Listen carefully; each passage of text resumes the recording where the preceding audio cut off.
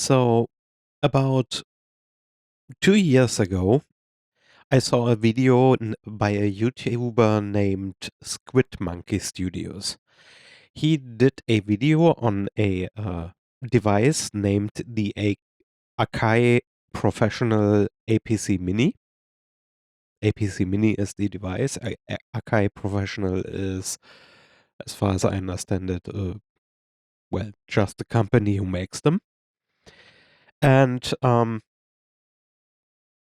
he did that video to show off that you can use a device like that, a so-called DAW controller, to control volume levels on Voicemeeter. So, as some of you might know, I use Voicemeeter as my main driver on stream to manage the audio levels. And yeah, when I saw that video, it got me thinking, could I use something like that? Could I integrate it with my stream? Because for a live stream, having faders like this would be a godsend. But I thought, well, I was pretty much on the same line as, well, the creator of Squid Monkey Studios, that I probably don't need as many buttons. Back then, at least. So I got myself this instead. And I have been using this for a good 1.5 years now. And well, sad stuff is this thing has broken on me. One of the faders doesn't work correctly anymore. I think it was 1, 2, 3, 4. This one. This one doesn't work correctly anymore. It if I use the fader, it flickers all over the place. Why that is, I have no idea. But well, until that happened, this thing was pretty much all I needed to have comfortable controls over my stream. However, they were never as comfortable. And this is why I actually didn't mind it too much when this device finally broke on me. But to give you an idea what this device actually does. So, as you can see, I have 8 faders here, right? And every single one of these faders gives me the possibility to actually use or control the audio levels for, well, 8 audio channels, 8 inputs. And as it so happens, I'm using Voicemeeter Potato. So yes, I'm using all 8 channels it gives to me. And yeah, I have the volume levels. And as you can see, each channel has 3 buttons. 1, 2, 3. And these 3 buttons I'm using to send audio to 3 different outputs. So I can see on a glance by looking at this, because these buttons light up if I press them. At least I programmed them like this. So when I press one of these buttons, the expected channel, or the channel I linked to that is going hot, and it sends audio there. So luckily they are named S, M, and R, which is very fitting for what I needed back then. When I started this, I had streaming on S, obviously. M is monitoring, and R is recording if I want to have another audio channel. I also had these buttons used, but I rarely ever used them because these buttons I configured so they actually give me the control over what goes to the voice chat channel, which is yet another channel. I had 4 channels, and for each channel I had a second output, so I have, well, redundancy pretty much. If something breaks, I can switch on the fly, and that is very important for a stream because you don't want to figure out like 10 minutes or even 5 minutes what's going on until it doesn't break anymore. Anyways, so this was my main driver. But who would have thought that the original device that I saw on the channel of Squid Monkey Studios never let go of me? I actually used to think about could I make some more use out of the whole shebang of that other controller? And it turns out, yes, I can. And probably I should have. But, well, it's for me, it was for the longest time probably similarly to the guy from Squid Monkey Studios, um, who simply said, there are way too many buttons, I don't need all of them. Well, what if I tell you that now I'm using all 64 plus 16, 80 buttons of this controller? Yes, you heard me right. 80. 80 buttons. Not 18. Okay, yeah, I'm actually using them now. And it turns out, even though this seems to be a ridiculous number of buttons, it's not that far-fetched to use that many buttons, at least not on stream. Because the number of buttons seems to be exactly what I need on stream. I'm sorry. Because it gives me a lot of control over everything without being overloaded. Yes, I can actually remember what all of these 64 buttons do simply by the way I laid them out. But probably I should simply show you what I'm doing here. So, this is my setup for this little video. On the lower right, you can see the DAW controller, the AKAI Professional APC Mini. And on the left, you can see my desktop. On the desktop, you see on the top Voicemeeter Potato itself. Below that, that big colorful window is the macro buttons control window, which I use to actually set this controller up. And as you can see, I pretty much used all of the buttons. If I'm very honest, this button I didn't really use. The only thing that happens here is it lights up or it stops lighting up. See?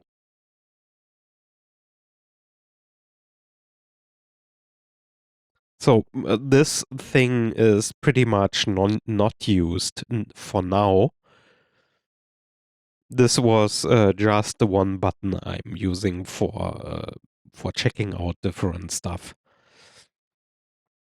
So yeah, this is the layout, and now I should go on and actually explain what I'm doing here. So I've thought about this. I should make this work in rows. So let's start with the green buttons on the right side. So the green buttons, the little green buttons here, are just the outputs. For example, I pressed this right now, and now I can't hear anything that happens anymore because I muted pretty much all the outputs for monitoring. I have two different channels for monitoring.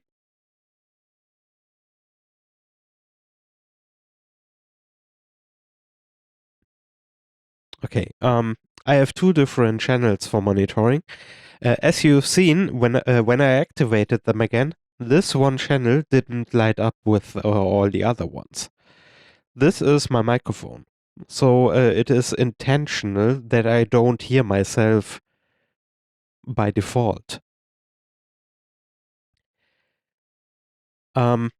Because what if I'm using my speakers right now when I'm activating that monitoring?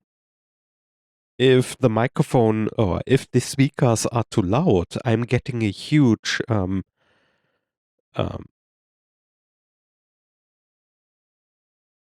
feedback.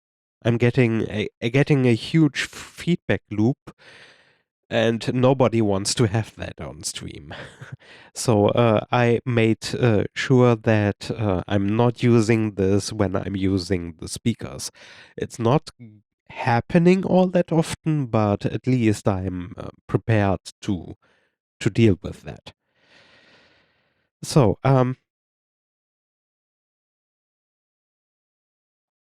if I pressed this button, for now, let's disable the microphone for this demonstration.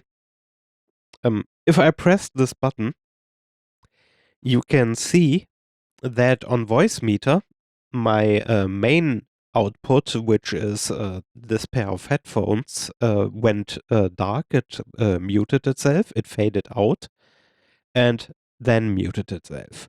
On the other end, this channel, which is the speaker channel, monitor 2, unmuted itself and faded up to, well, working levels. If I press the button again, it goes back to the other state. Speakers, headphones. So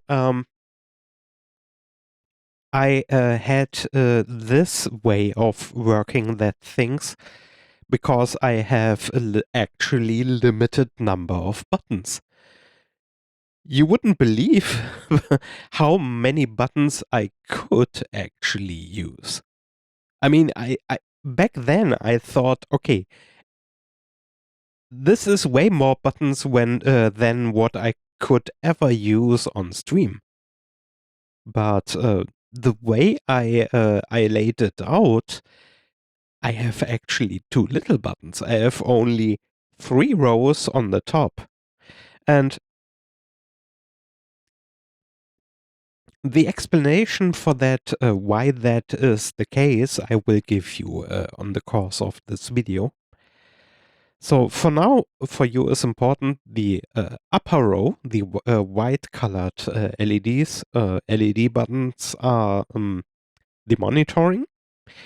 The purple colored buttons are my stream. Well, I'm streaming on Twitch, purple, Twitch. Makes sense, right? And the third button row, which is completely not used at all currently, I can activate it. The third row of buttons is my voice chat. So I can send almost all the channels back to the voice chat. The only channel which I didn't configure, and that is the reason why this one button is, well, pretty much not used, the blue one. The only one which I didn't send to the voice chat is obviously the voice chat itself. I don't want to create a loop here. So, yeah, monitoring, streaming, voice chat.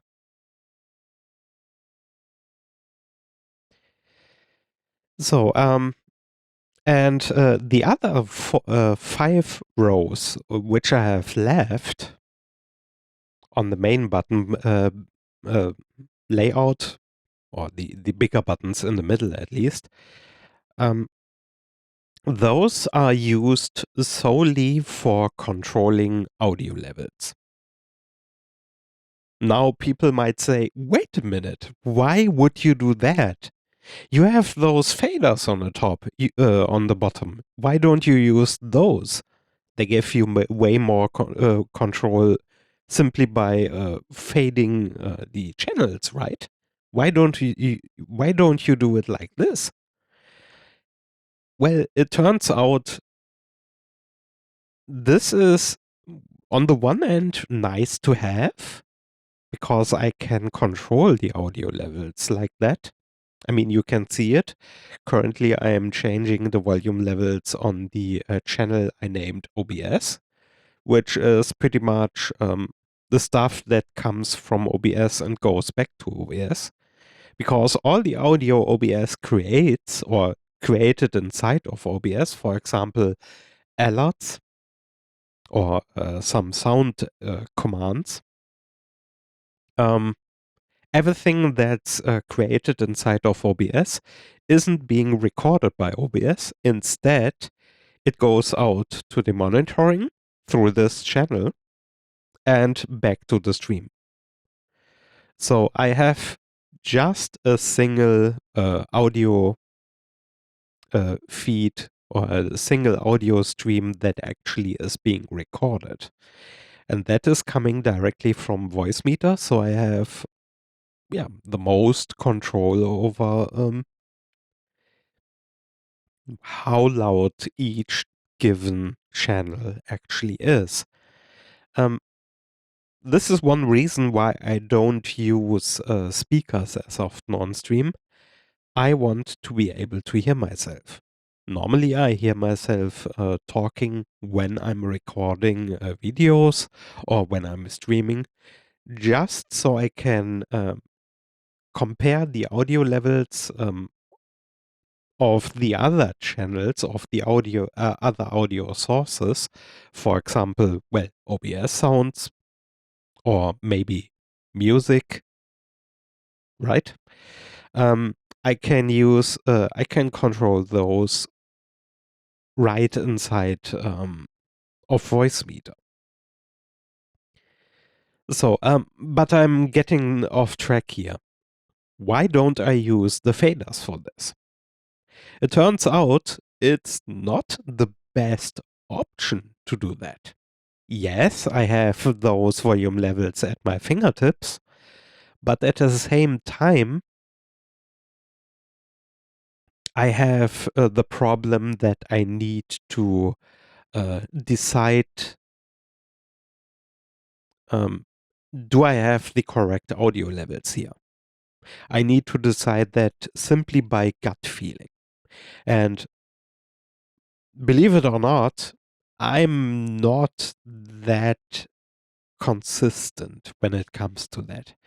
And because of that, I pretty much said, no, this is probably not going to work for me.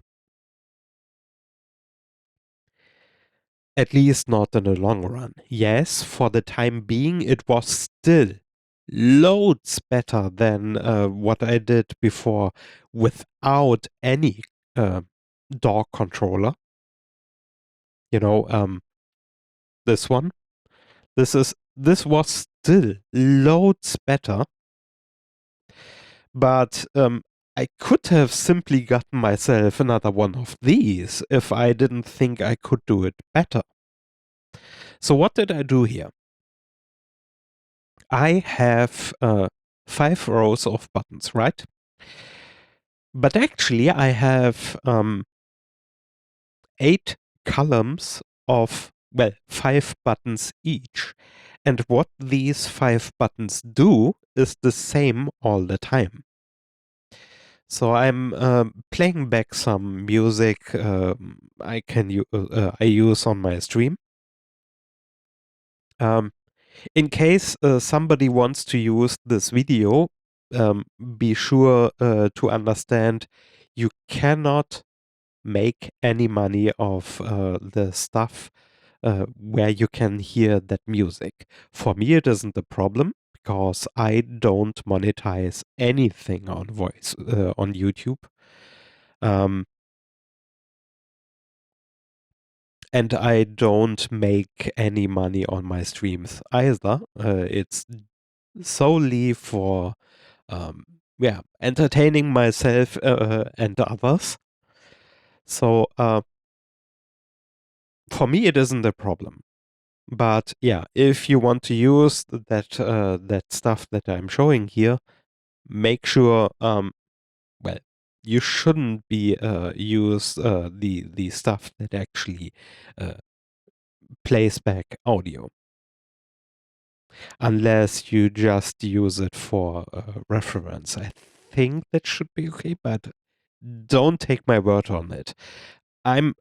I can be sure I can use it. It's not a problem simply because, well, I don't make any money off it. So I pressed simply the button for the music, and now you can hear the music playing, and it, as you might have noticed, it faded in. Let's do it backwards. See, the channel went off again. By the way, I can use these buttons as well. And for the most part, you would use probably just this button or this button to control the volume levels. Why do I need only 2 of them? Because I know how loud something has to be compared to my voice. You might have noticed when I pressed that button again, this one started to flash for a moment, and when it faded in and stopped. And the same works for this one. It flashes for a moment until it faded out. So, since I know how loud the music is allowed to be compared to myself, I can simply use presets to control the audio levels. For example, I have a second one. If I want to play back music without me talking, I can press the green row of buttons here.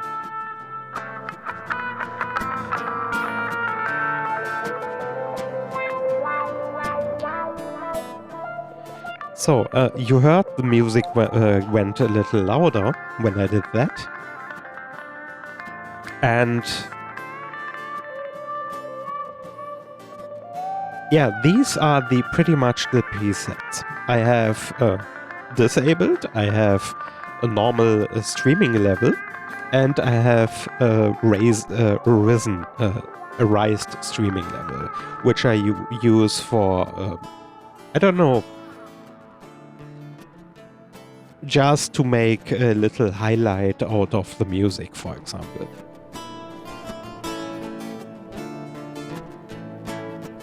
Yes. So, these are pretty much the levels that I normally use for music on streams. Since I have 8 channels, I can manage the audio levels for each channels completely separate from each other. Yeah, I could give my microphone different levels, and in fact, I did. For the microphone, it doesn't matter which whether I press the purple button or the green button on top of it, because they have the exact same audio level. I mean, why wouldn't they? Normally, I would make sure that my voice is always on top of stream. I can't think about a reason to lower the level of my microphone.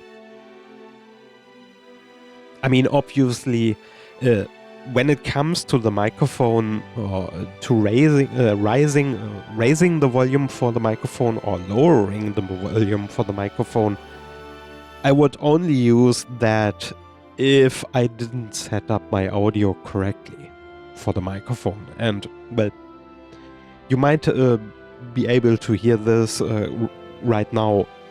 Yes, it is set up correctly. So, yeah, why would I bother with different audio levels, right?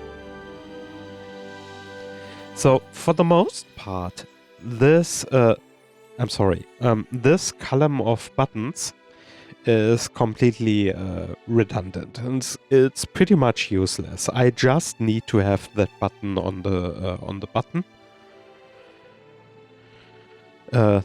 because, well, all I need to do is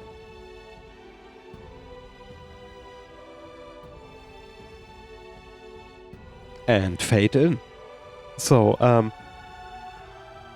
that is all I need to do with the microphone. The rest is completely irrelevant at this point.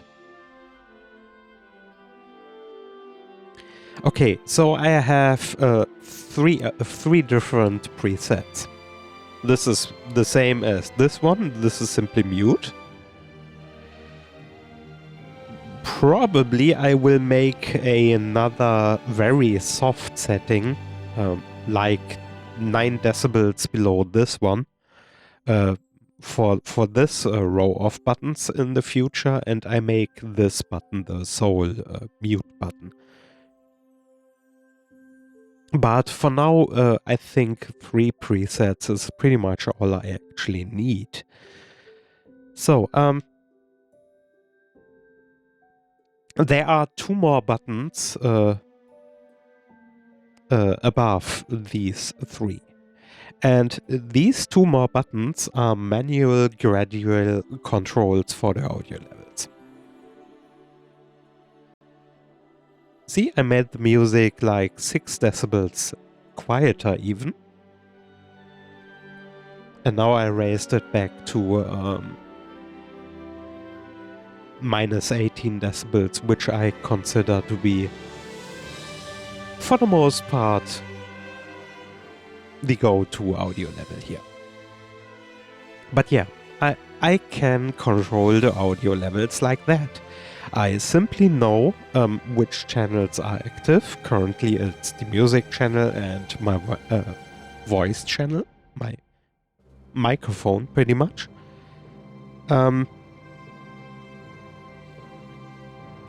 So I just need to count these channels. I mean, I know where what all of my 8 channels do. This is my microphone. This is voice chat. This is my main or default audio device on Windows. This is emulation. This is capture card. This is the music. This is my web browser. This is OBS. So I know what all of these channels do, so all I need to do is to pretty much count. And yeah, like that you can control audio levels without ever touching the faders, and way more controlled, way more accurate to what I would do just by using faders. I mean, yes, I can use the faders. See? So yes, I can use that, and I can probably dial in something that works for the most part. But the thing is, I have to concentrate too much on that stuff, while I could use the same energy at the same time simply to moderate the stream.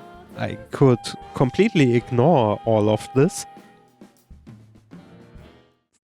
So I'm not using the faders at all, but instead I'm controlling the audio levels simply like that. There you go. And this is my setup, my layout for the channels.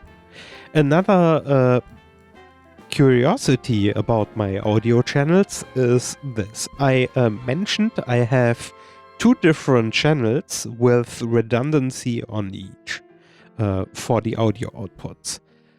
One of them used to be recording, the other one used to be streaming.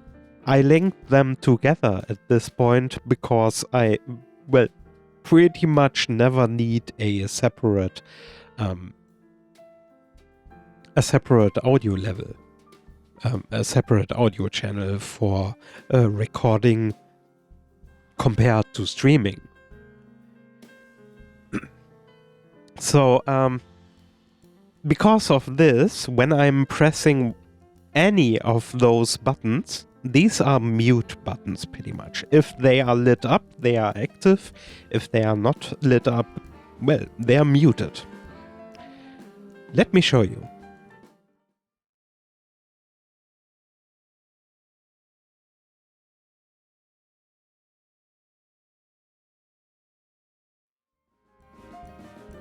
So for the moment, just as I showed you, you can't hear me at all. And that is my idea. I have a simple solution to simply mute everything. And you might have noticed for the stream, this channel, which is the browser channel, didn't lit up. So the stream can't hear whatever is going on in my web browser, which is normally exactly what I want.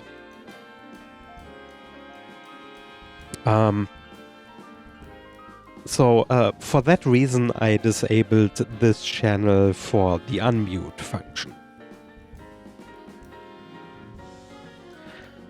By the way,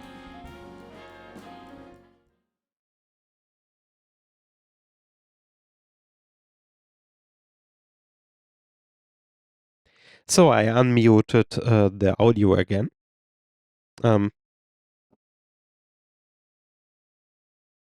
But let's do it exactly the other way around. I'm muting myself, and then I'm unmuting first the music, then, well, myself.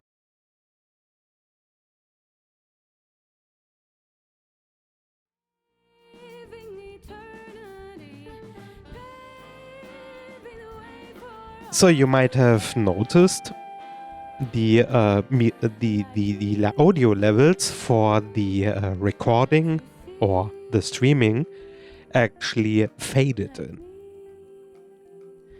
This is a solution, an idea I had to make sure that I don't jump scare people when I'm fading in audio levels for a channel.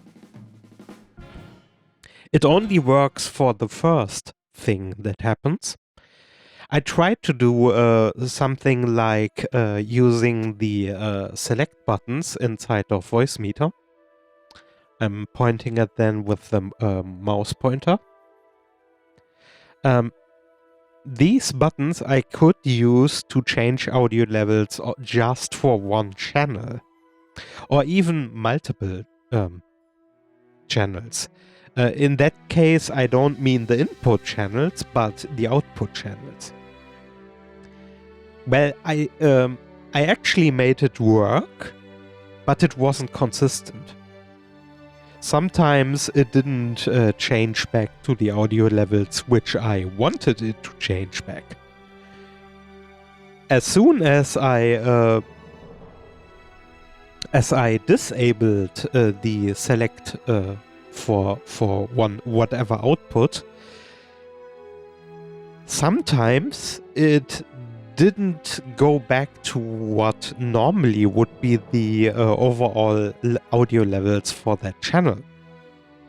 Instead, it went back to something weird, and this is why I simply said, okay, that doesn't work for me. But for the most part, as long as you can hear something, it shouldn't be as much of a problem, especially since normally you would activate the channels on top, the outputs on top, before changing any audio levels or fading in any channels anyways.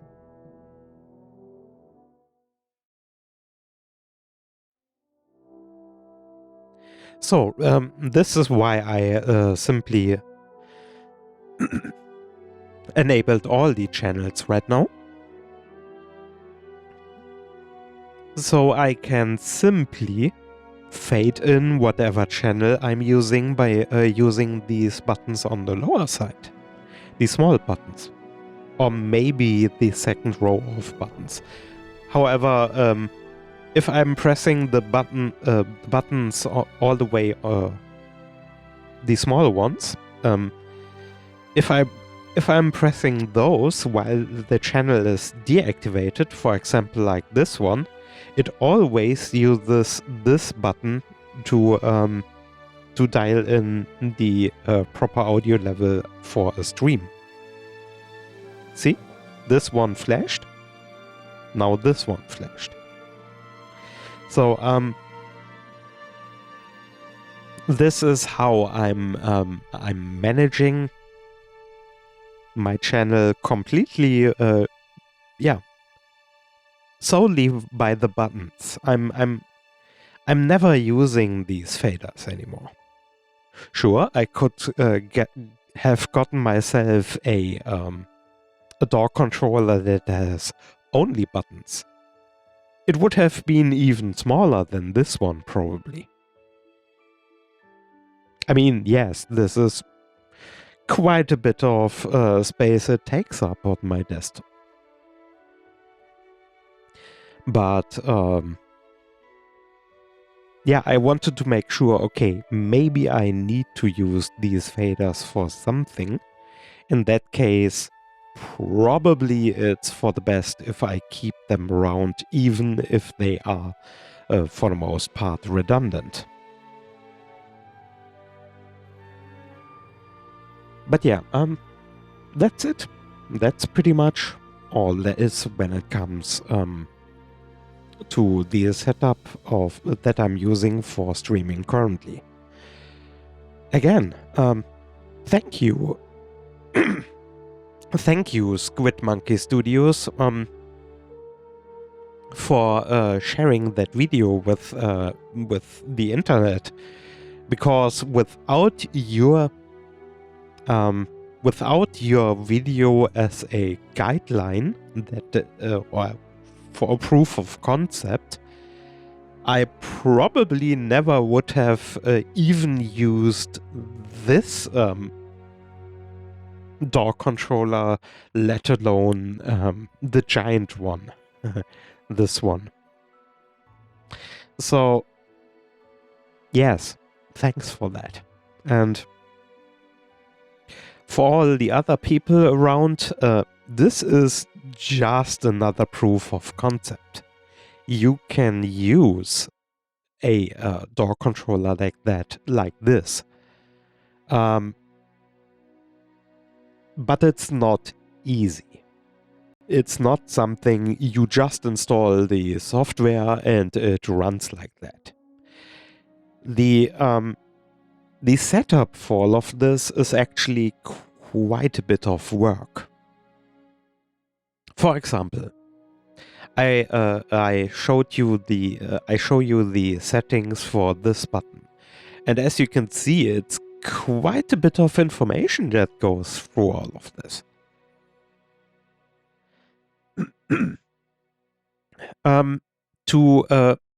To show you what's actually happening here, I'm using this channel, the default audio channel for Windows. So if I'm pressing this, there's quite a bit of stuff happening here.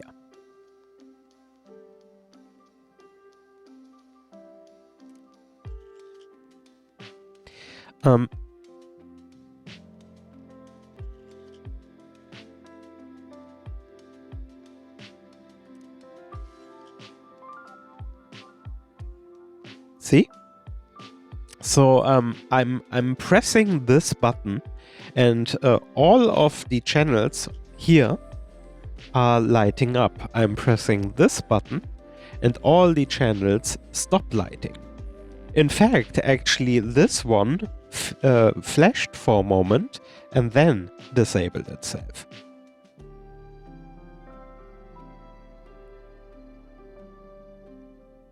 So this is all of that stuff that's happening. All the buttons that light up, as well as this channel unmuting itself, and well, using that fader over here, or bringing that fader to a nominal position.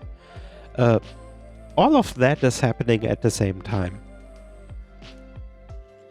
Or at parts actually timed.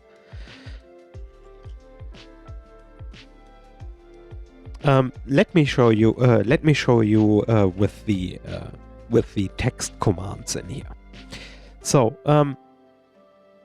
strip 2 is this one, the channel which I dubbed local, which is the default audio device on Windows. This one unmutes that channel, local. So this one does this, right? The channel mutes or unmutes itself because this is 0. The second one, button 29 state only.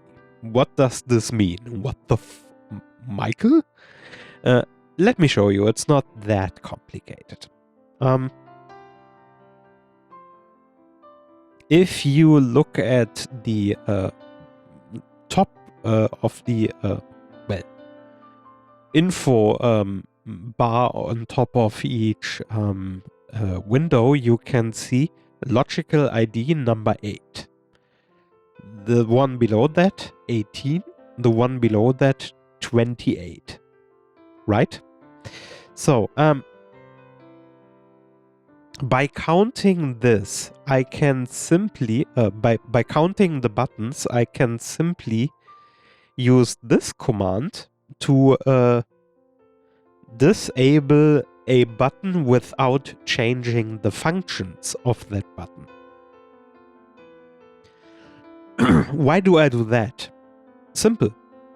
I want to declare that the channel is unmuted, even for this button,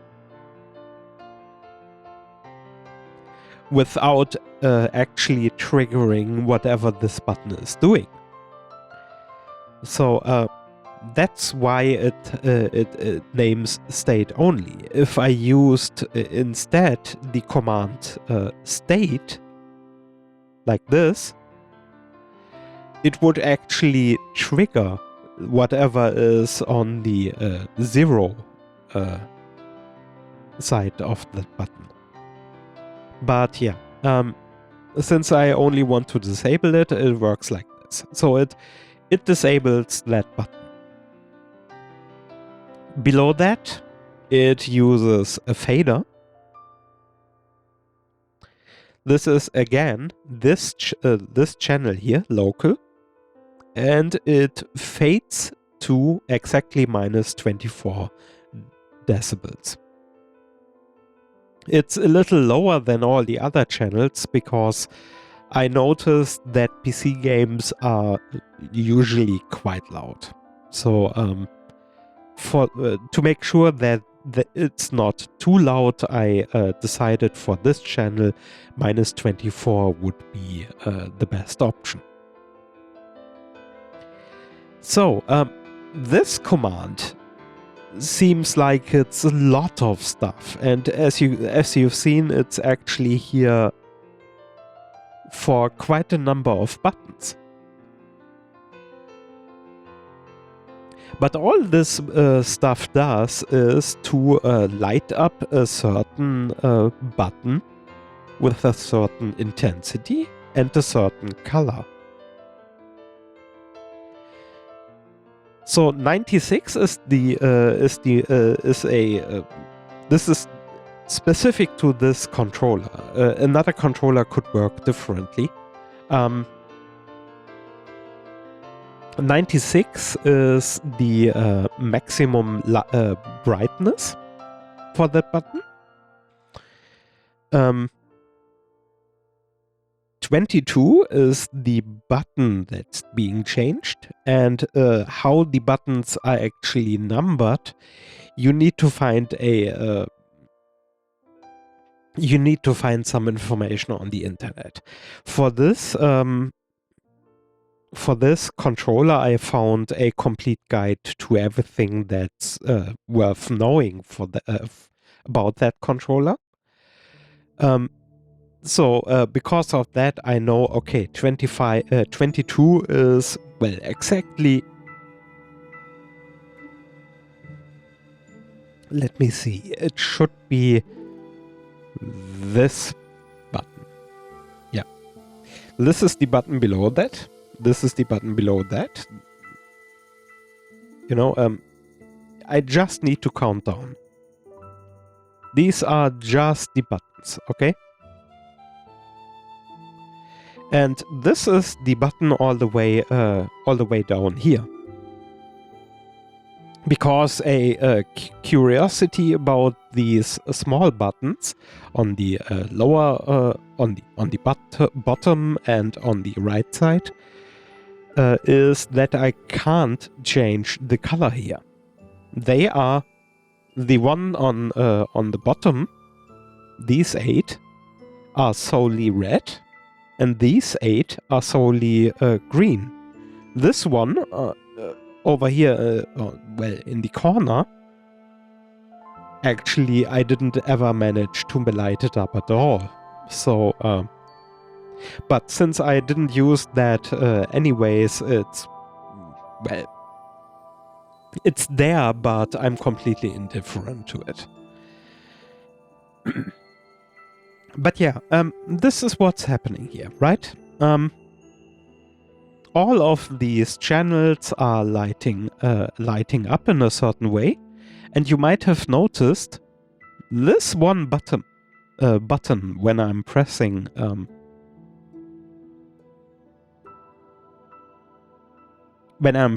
this one, lights up exactly that button here. But in a certain way, it flashes it.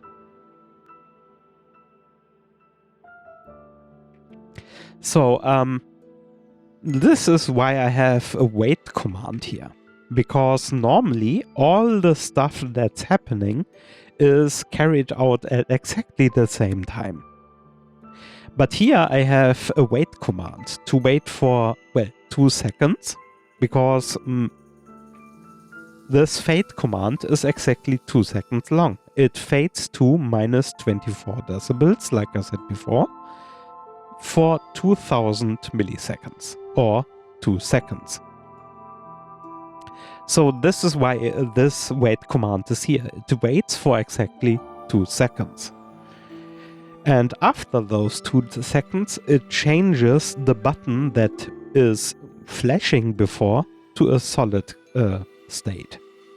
Maximum brightness and, well, the same color.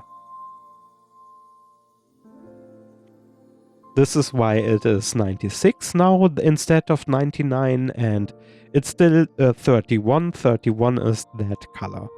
Which number is what color, you need to find out for yourself, because it is different for whatever controller you find for yourself.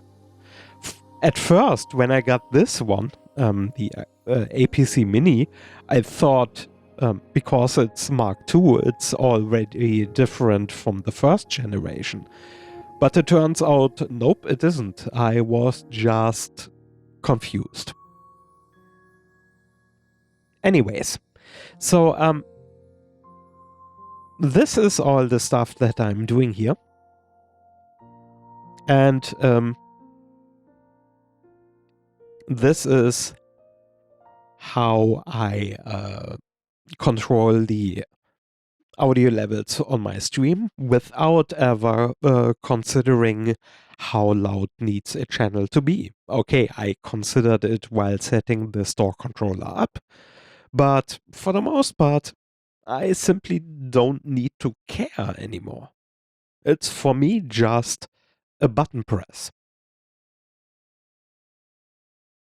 There you go. I hope this was informative for you, and we see each other around. Bye.